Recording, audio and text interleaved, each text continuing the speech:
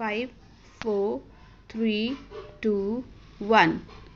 I should like now to make a few observations on the budget. This budget makes a turning point in the history of our country. It is no use attempting some of my friends have done either to deprecate the budget very strongly or to suggest that we are not witnessing a new revolution in our methods of fiscal training and technique. I want it to be quite clearly pointed out to my friends that we are now facing the lean years of Indian finance.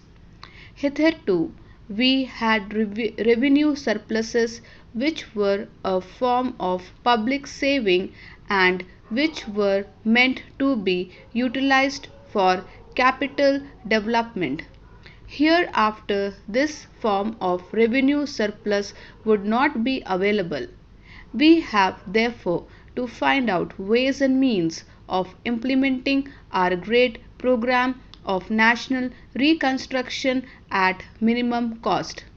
My point is that the deficit at revenue accounts would be of the order of about rupees 19 to 20 crores.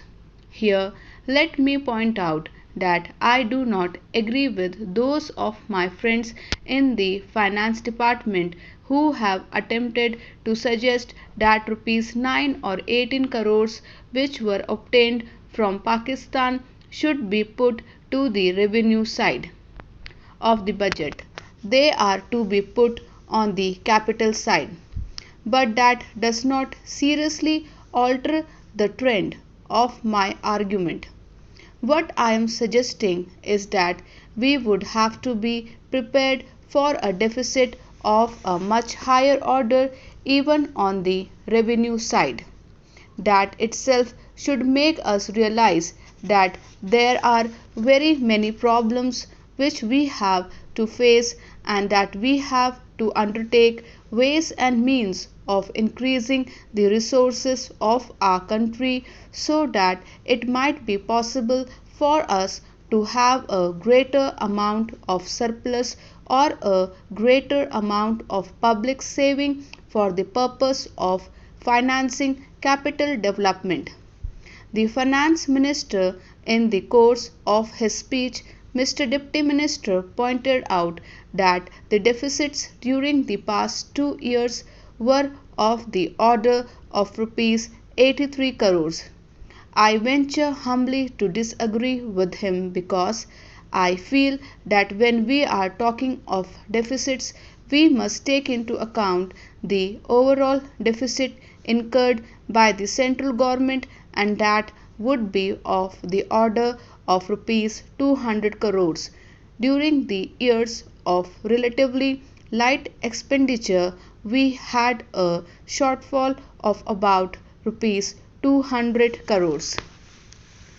Undoubtedly, now when we are going to have a very great amount of expenditure, we might have a greater amount of deficit and we would have to find out ways and means of trying to meet our capital expenditure. Some members have pointed out that deficit financing is good. Others have pointed out that it is poison. One honorable member who preceded me pointed out that it could be taken like a tonic. Now, I am not willing to enter into the merits of deficit financing or demerits of deficit financing in an academic spirit. The time has now come when we should face realities. I do suggest that we have to indulge in deficit financing because without indulging in deficit financing, it would not be possible for us to indulge in capital expenditure on such a large scale. But when we are talking of the scope of deficit financing, I would like to place before the House and the Finance Minister the two great limitations which face us. The first limitation that faces us is that concerning the internal price level. The Honorable Finance Minister referred to the cost of living. He said that he was going to keep a watch over the cost of living so that it may not shoot up within a short period and make a mess of the plans of capital development. But there is another limitation which has also to be borne in mind, a limitation which has not received as much notice as it should have done in all the discussions that have taken place on deficit financing. That limitation is the external limitation or the limitation which arises on account of balance of payments position.